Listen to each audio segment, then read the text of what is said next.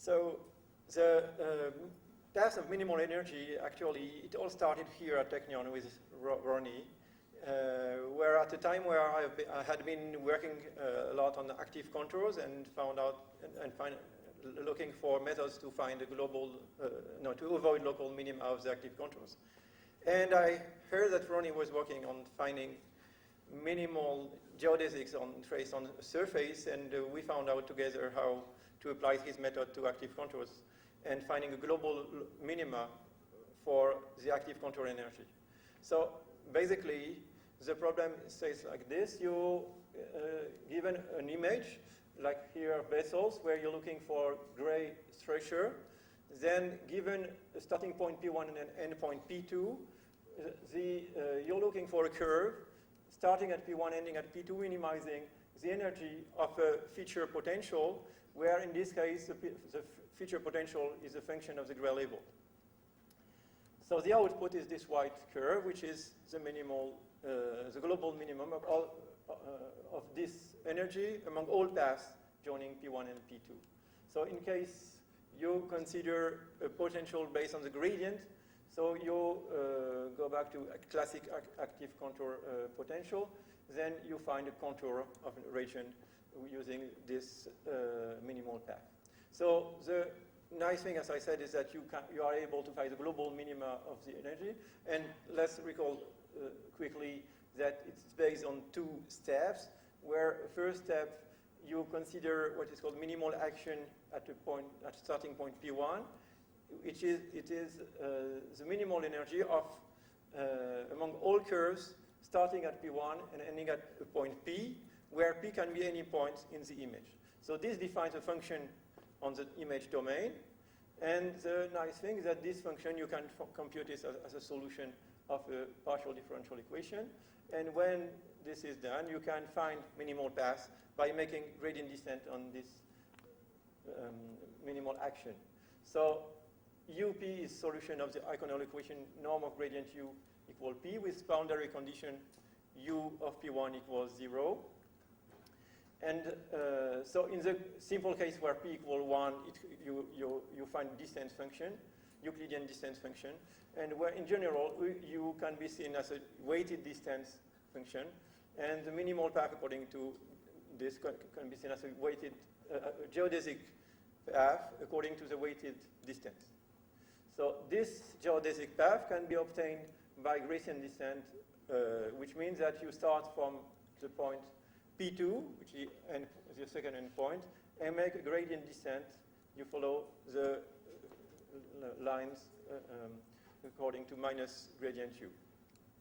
So let's see on a simple example of a neuron image, where here, so from the original image, you extract a feature potential, which is here darker where the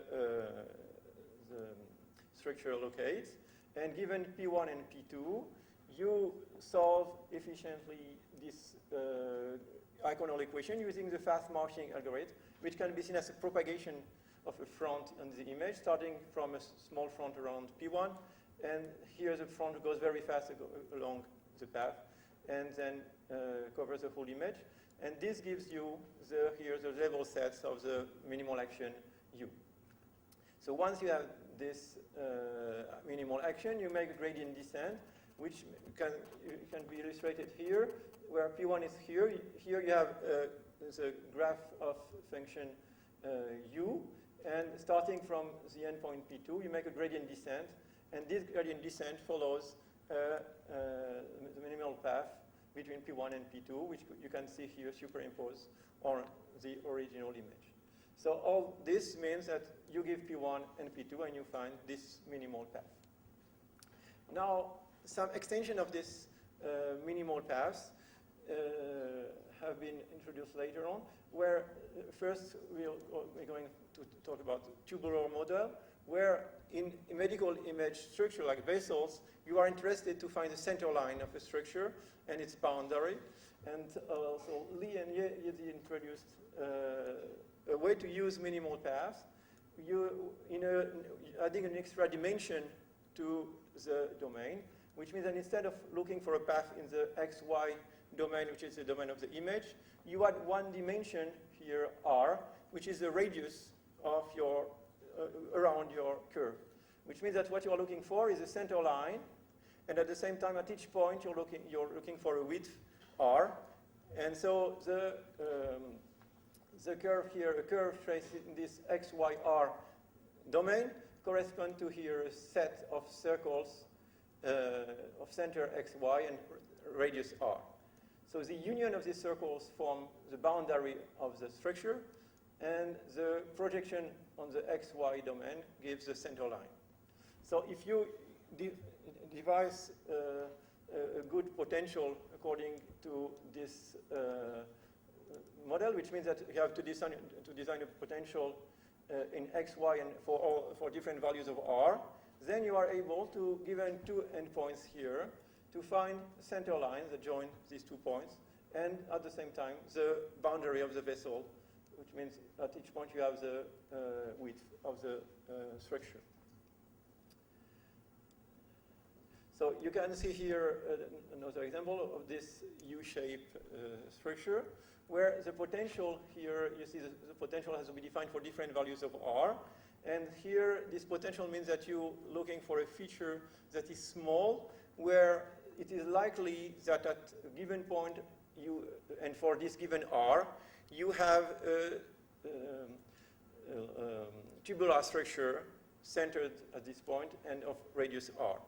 So you see that if you see, in the middle here, you see that for the good radius, you have a darker value here, and it allows you to find this minimal path. Given these 2 points, you find the minimal path, which is the center line plus the width. Now, if in case you initialize the 2 points here in the upper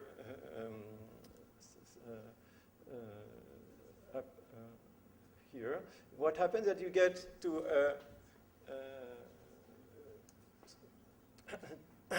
to a shortcut in the image, which means that, in fact, we had a wonderful conference organized by Freddy last week, and on the road to the Dead Sea, I found out that these curves are called dangerous curves, and it is because when you're looking for the minimal path between these 2 points, instead of going here, staying along the low value of potential, but for a long time, it prefers to take a shortcut where you have a higher value of the cost of the potential, but for a shorter time.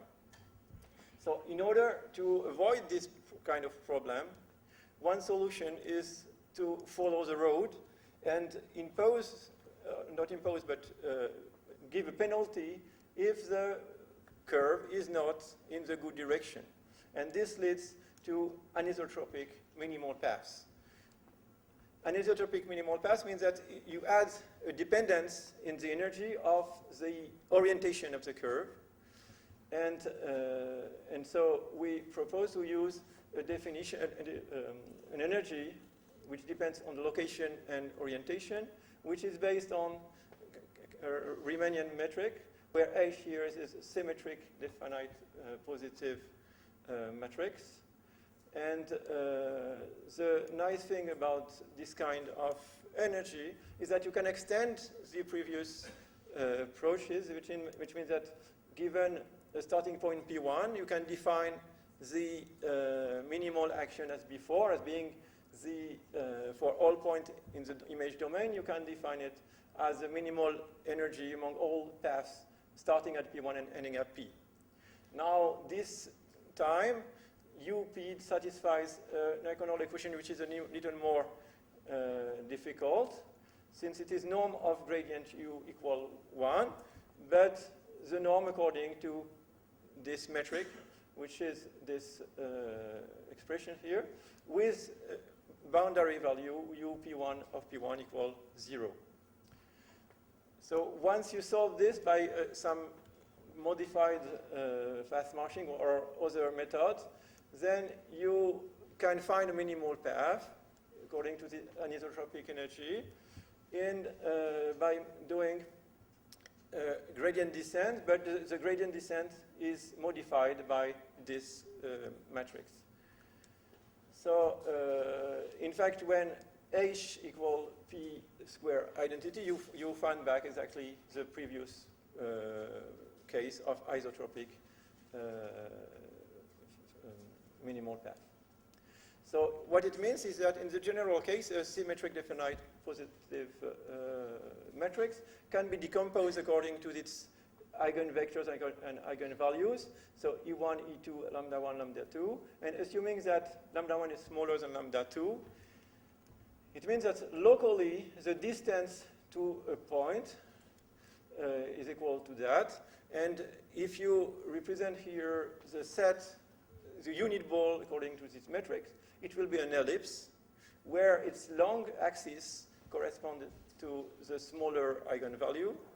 And it means that this metric corresponds to giving a penalty if you follow the higher eigenvalue, which means that it will prefer to go along the long axis of this ellipse. And so if you are at each pixel, you have one such matrix. It means that the geodesic path will prefer to agree as much as possible with the direction suggested by these ellipses. So, of course, the difficult thing now is, given an image, how to define such a metric. And one way is to study locally the image and extract its geometry with what we proposed was using optimally oriented flux, which basically means that for a given radius, a given scale, you're looking for the flux of the gradient of the image through a sphere or radius of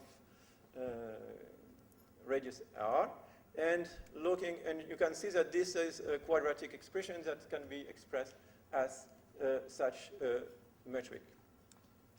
So you see here for different radius what it gives. And now if you come back to the previous case, if you use only the radius information, you took the shortcut. But now if you add the orientation information, it prefers to go along this way and follow the good path.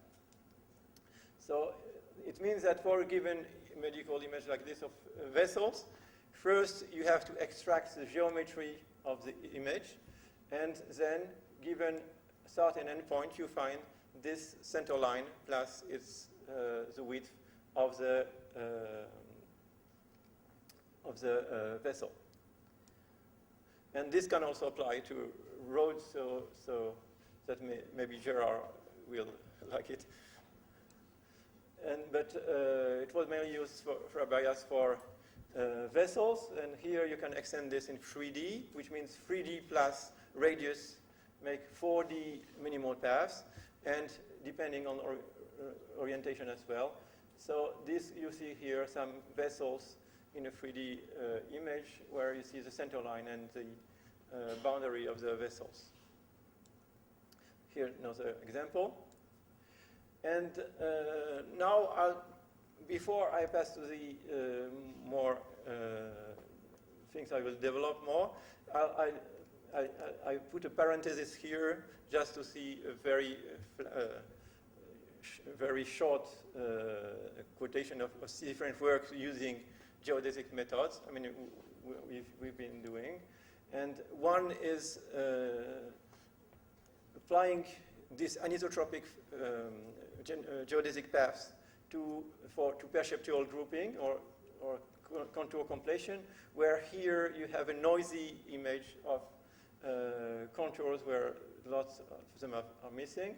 And using a previous work, using geodesic, but isotropic geodesic, here it fails because of the importance of the noise, while using anisotropic paths, it works very well. Which means that here you just give this image, and you have this image as output.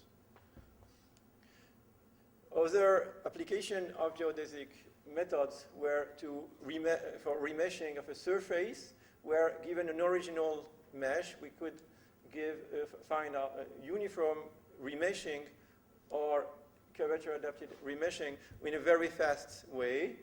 And this can also be adapted to orientation, which means that here, given a domain, you can find a remeshing of the domain where you can have constraints, soft constraints on the orientation of the triangle here.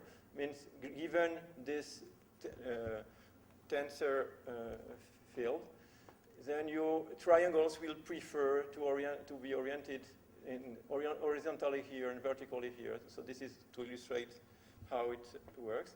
And we also applied this to image compression, where you looking for a remeshing of an image domain, where the triangle orientation try to be as much as possible in coherence with the contours present in the image.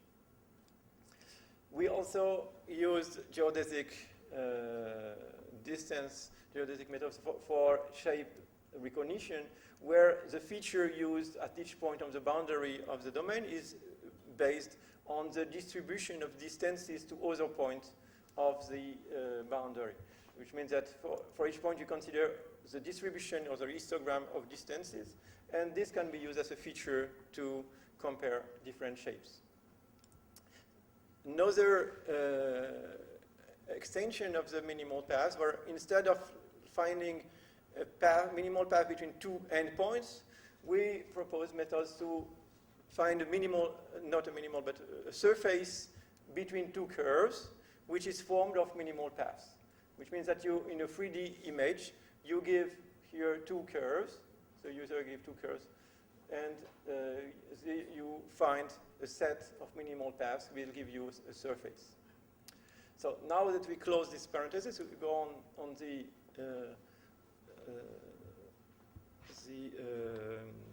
next part, where we looking to find contours as a set of minimal paths. The motivation is twofold. One motivation here is that so far minimal paths are used as a path between 2 points, and in many cases you are interested in a closed contour.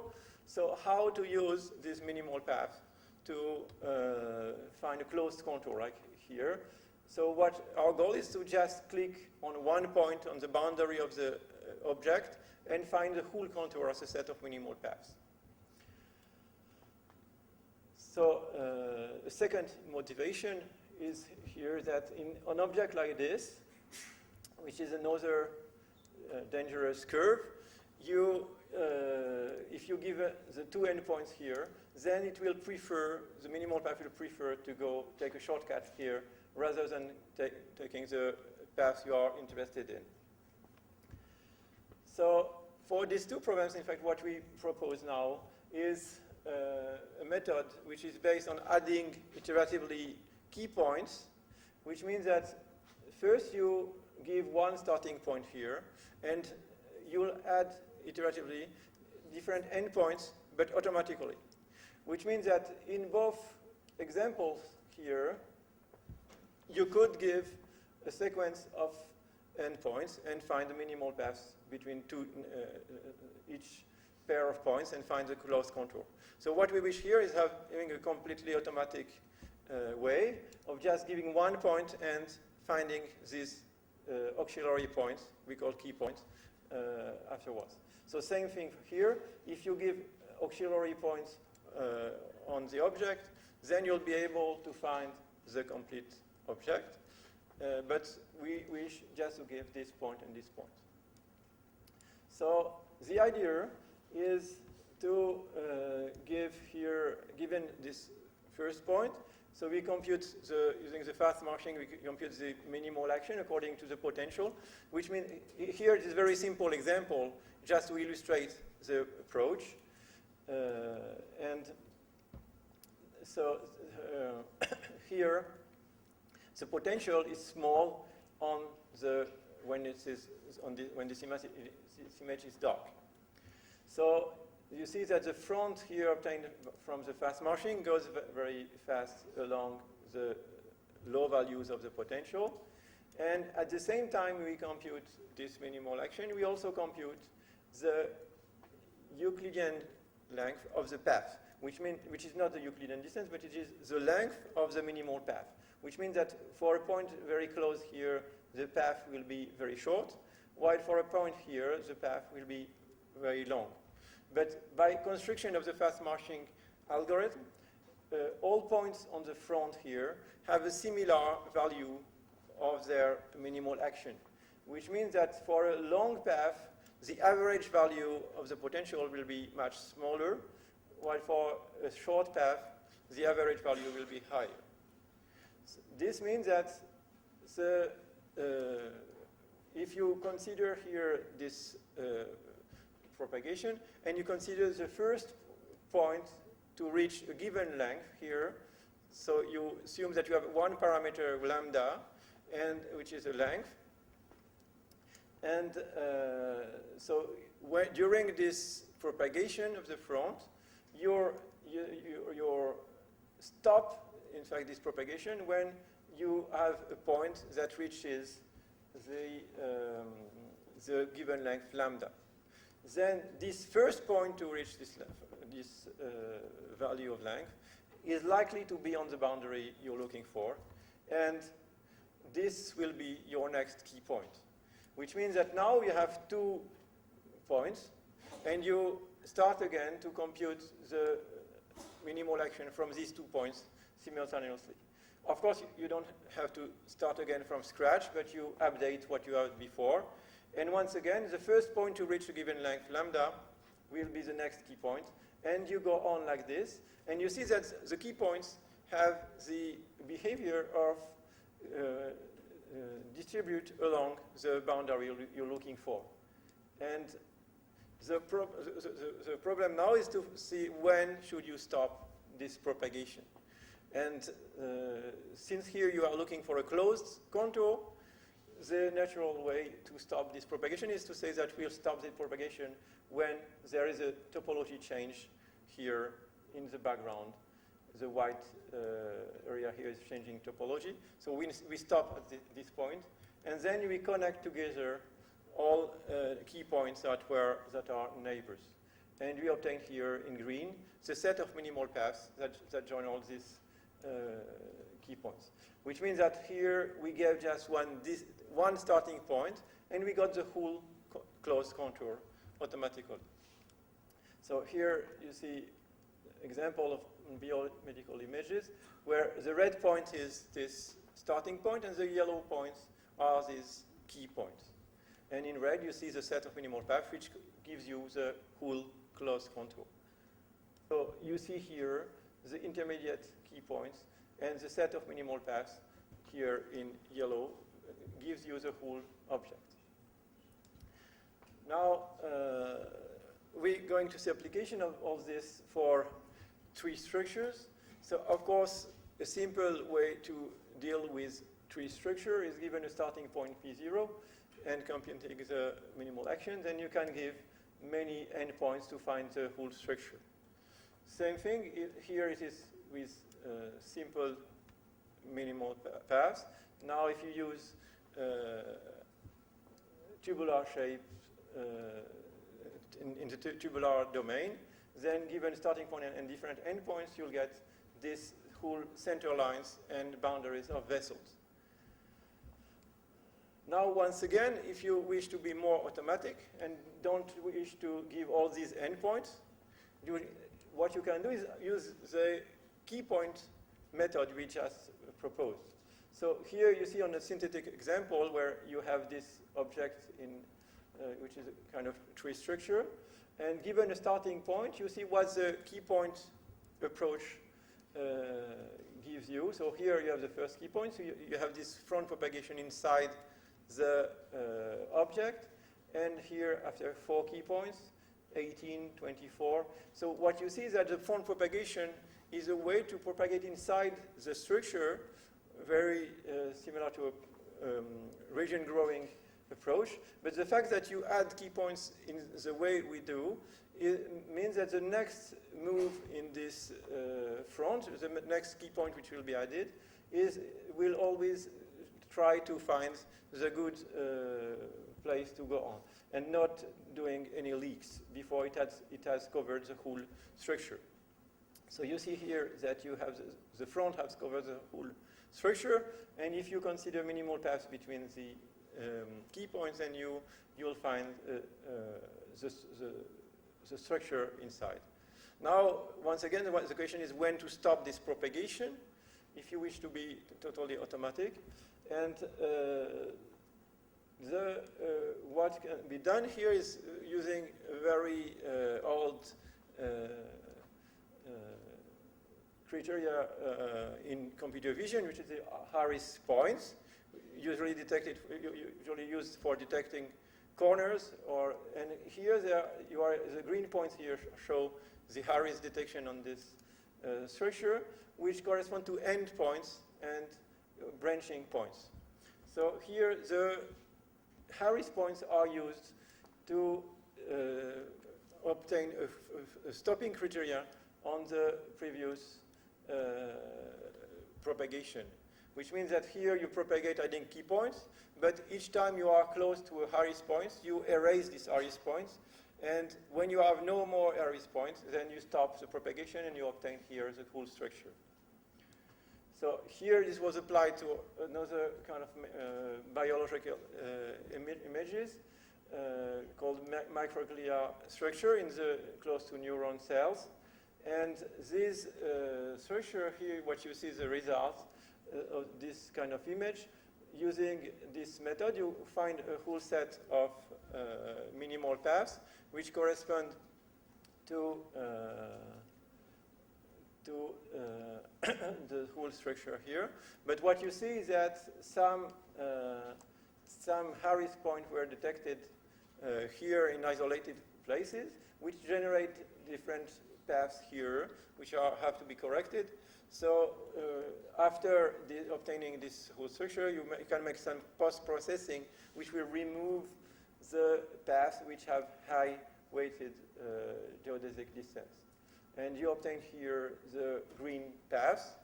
And what you see here is that all this was validated by the biologists we're working with.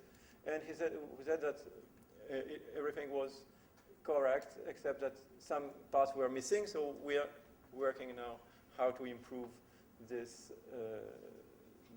So here, in fact, there are sequences of images, and you see here other image in a sequence, and the result we obtain. And so you see that you still have a few branches, small branches that are missing. And so this is work in progress. So this approach can be used as well in 3D images, and here in pulmonary arteries. So you see here some cross-sections of this 3D image, and here in transparency, what it looks like. So given the red point here as a starting point for the key point propagation, what happens is you have this propagation. Once again, the front obtained by the fast marching using these key points can be seen as a region growing approach, but which avoids to have leaks. So, and you get here the whole structure you're interested in. So now this key point approach can also be applied to the 2D plus radius domain, as we saw before, in order to obtain center lines and boundary of vessels. So given a starting point, then it will add key points in the XYR domain, and these key points will join together to form the whole structure, which means that what we saw earlier was given a starting point and end point, we got the center line plus boundary. So here we just give one starting point, and we get automatically these different key points, and obtain this center line of the whole structure, as well as the width of the whole structure. So here's a second example where you give this starting point and get the whole structure. And this can also be obtained in 3D plus radius images. Okay, so now let's go to the end, to the final section of this talk, which is a more recent work on geodesic density. And the idea here is still to obtain the segmentation of a tree structure as much mathematically as possible. And so the first idea was to propose, given a starting point on this structure. So here again, it is a synthetic structure, just to understand what it happens. But it's a very easy image, but just to illustrate what you are doing. So given a starting point on the structure, what you consider is all minimal paths, all geodesic paths, between the starting point and different points on the boundary. So you see that the minimal paths behave like this. Here you see that these paths try to join the tree structure as fast as possible, and then go on along this tree structure till they reach the starting point. Which means that here you have a whole bunch of minimal paths which join here and then follow, and they all merge to follow the same way till they reach this point. So the idea here is to compute the geodesic density, which means at each point you're computing how many geodesic paths pass by. So in fact, you can have a continuous expression of this geodesic density, which can be solved by a transport equation, or you can solve a discrete version of this density, which we call geodesic voting. And this geodesic voting simply consists in, for each path, you vote all along the path you're passing by. So for each pixel you pass by, you add 1. And so at each pixel, at the end of the voting, at each pixel you have the number of geodesic paths that are passing by. And so here you see how the paths merge in a zoom of this here. And here you see what the voting looks like. And you see that in the background you have a very low value of this voting. And here on the different branches you have higher and higher values, which means that all paths that are here go to this branch, and all paths that are here go to this branch. And then when the two branches merge, the voting of this branch and this branch add up. And you see that here this vote and this vote add to a higher value of the vote. And the same thing can be noticed here and here. This adds up to a higher value. So what you see here is that now using the thresholding of this voting, you get easily the whole structure. But before applying this, in fact, we can apply this to this microglia image you saw before. And so you see what happened in a real image. So how the paths join the different branches. And here, I don't know if you'll see it well, the voting. Okay. But so it corresponds mostly to the structure, except that some branches are missing. And why are they missing is because we notice that using this method, we obtain something that we call the shading zone problem, that if we have, so here now we have this black structure, three structures here. And so if you consider the paths from the boundary, what happens is that there are some region of the image that are never reached by any geodesic and have a 0 vote. So here, these are shown here. So these regions here are completely in the shade. It means that there are no, vote is 0, which means that this branch here will never be reached by any geodesic because all geodesic will prefer to go on the left or on the right before they reach this point. So we propose different solutions to this, and one solution is to propose multiple source points, or to use a second step in each shading zone. But the most simpler way to go on to solve this problem is, in fact, to make an adaptive voting, which means what we call adaptive voting. It means that instead of considering points on the boundary here as endpoints, we consider points scattered all over the image domain. And So you can consider all points in the domain, but it will be much costly, and also it will, in some way, smooth the voting. So what we preferred is to add, to consider using a furthest point strategy. We find an adaptive set of points, which density is higher where the potential is smaller, which means that here you have these raised points that scatter all over the image, but close to the structure here itself, because the potential here is smaller, then you have more points. And so if you use this set of points for the voting, then you get same properties as before, that the paths try to join the closest branch and then follow the structure.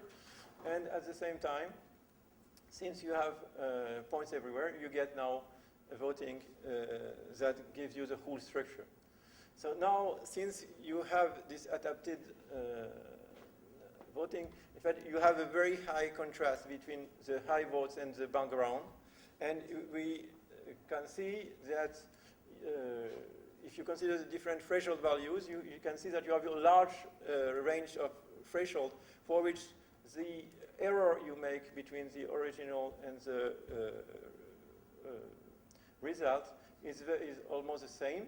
And so experimentally, we propose to use the maximum value of the geodesic density divided by 100, which is usually in this range, and provides good results. So an interesting property of this voting is that it is not sensible to the source point, which means that here we gave the point here as a source point, where all the geodesic paths go. And here we give, in fact, these 3 points. So here, each image here corresponds to the voting relative to one of these points. And you see that this is very similar. So it is not sensitive to the point you give as a source point. And now you can use this for the image you had before, and with more, much better results. So here you have the image. Here you have in red the set of points obtained by the furthest point strategy, and the set of paths, and here the voting, which covers the whole structure. Compared to the one we had before, you see that some branches here and here were missing and were added here. Okay. So here another real example on vessel image. So you give starting point here, you compute the minimal action relative to a potential, which is a function of the gray level. And what we see here is the result of the voting, where you use the boundary of the image as endpoints. So it's 4 times 256. And so you see that you have some branches that are missing due to the problem we had before, explained before, about shading zones. Here you see what happens if you take all possible points in the image, which means 256 by 256. So you avoid the shading zone problem, but since you have so many votes from everywhere, in fact you have a huge smoothing of the vote, and it loses some of its efficiency. And it's much more difficult to threshold this voting, and you get some branches that are still missing when they are shorter because of this, you took all points. So when you take the adaptive voting, which means the voting using the set of points distributed adaptively on the image, the red points here, you get this voting, and you see that you get the whole structure, including the branches that were missing before. And so this is with 1,000 endpoints, so the same number of points we had on the boundary. So now we'll see 3 ways we propose. How much time do I have? Okay. So we have here 3 methods we propose to get a complete structure in an image like this, whereas before, radiologists are interested in finding a center line in this structure, and so here it is not centered. It is just, we get the whole structure, but how to get center line and the whole structure? So the first idea is once again to use the image domain x, y plus radius space, and applying this geodesic voting in this space. So we have to adapt the potential that correspond to each value of x, y, and r, and using this, so this we saw before, and using this space here, voting in this space, we get here a starting point, and we get here the whole set of geodesics. So here it is 3D visualization of these 3D paths in 2D plus radius. So it's basically this is the 2D domain, and the 3D, the third dimension radius you can see in, by perspective, but not, I agree it's not so easy to see. But, and here you see the 3D voting, which means that at each point x, y, r in this domain, you accumulate the voting. And now, in order to get information from this voting, what you are interested in is a 2D image. So you have many ways to use this voting to find what you are interested in. And so, for example, this voting or the geodesic density at x and r can be averaged for all values of r, or you can take the maximum value among at a given point in the image. You take the maximum vote for all values of r. So in fact, this is the one we usually choose. And what you see here is the 2D vote obtained, but at each point you take the maximum value for each r. And here you see that you found the red points here correspond to the higher values of the voting. And by thresholding this, you get here the center line of the whole structure. And for each point, you consider the value of r for which the maximum value was reached. And here we show the set of circles of radius r centered at each of these points. And so here you see that you have the center line as the boundary of the whole structure, which was obtained given just one starting point here. And we can imagine easily that in real application, you either, for the user, it is easy to give this point, or even we can find automatic ways of initializing this starting point. So what we see here is an image of the DRIVE database, which is a database of retinal images, which are rather difficult to segment. So in blue, you see the result of, which is given in this database, which is considered to be the ground truth. And here you see the geodesic voting result using the simple domain distance. And here it is using the domain plus radius, where you get the center line. So, so here you get, in fact, the whole region, which can be compared to the ground truth in the database, and we validated our approach on this database. A second way of using the voting is to use the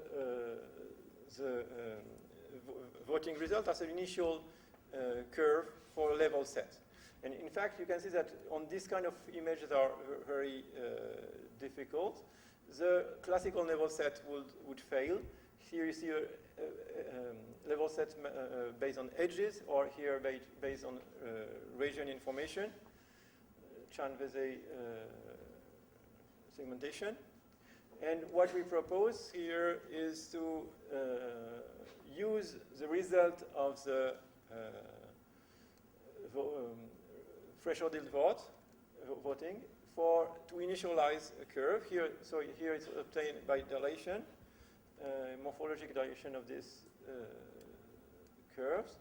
And here, the curve obtained here is the zero level set of its sign distance, and so this sign distance is used as an initialization for a level set method, and as well it is this phi tilde here is considered as a shape prior, which means that the result has to not to be too far from this initial shape. So this is using Chanvezé with shape prior, and then what you obtain is this result here. So starting from this level set, you obtain the result here again with the whole structure. And so here you see a comparison of the level set with shape prior, and here what we had before with radius, adding the radius. And so here another image. And this was extended to 3D image. So here you see the view of the 3D image. Here the 3D tree structure, and here the surface around, which is obtained by the level set with shape prior. So here is another example with on airways. And finally, very quickly, I'll show yet another method based on the geodesic voting. So starting from one point using this voting, we obtain an initial structure that was then used for a deformable tree, where the deformable tree acts like an active contour with some width. And this is interesting to obtain any kind of shapes. In fact, especially in 3D, where you don't look for exact cylindrical shapes, so here you see the result in 2D. So here you have the original image, the initial tree obtained by the geodesic voting, and here the deformable tree result. So the interest, as I was saying, was in 3D that you can define a very generalized cylinder shape that can be used from the result of the voting. You can get the result here of this deformable tree evolution. Okay, so just to conclude, this is work in progress, and in fact, I said it was starting the talk with Ronnie, and this is something that is still going on with Freddie. Since we have a common PhD student, Jose Alberto Iglesias Martinez, which is supervised by, in collaboration with Freddie here at Technion and with me in Paris. So as a conclusion, we propose different ways of using geodesic method for minimally interactive tools for vessels and vascular tree segmentation, where the user provides only one starting point and sometimes a second point or some other stopping parameter. And since everything is based on fast marching, it is fast and efficient propagation algorithms. All these algorithms are very fast. And also we saw that the models can include orientation and scale of vessels. And we finally saw the voting approach is a powerful tool to find the structure, and which can also be completed by other approaches. Okay. So thank you.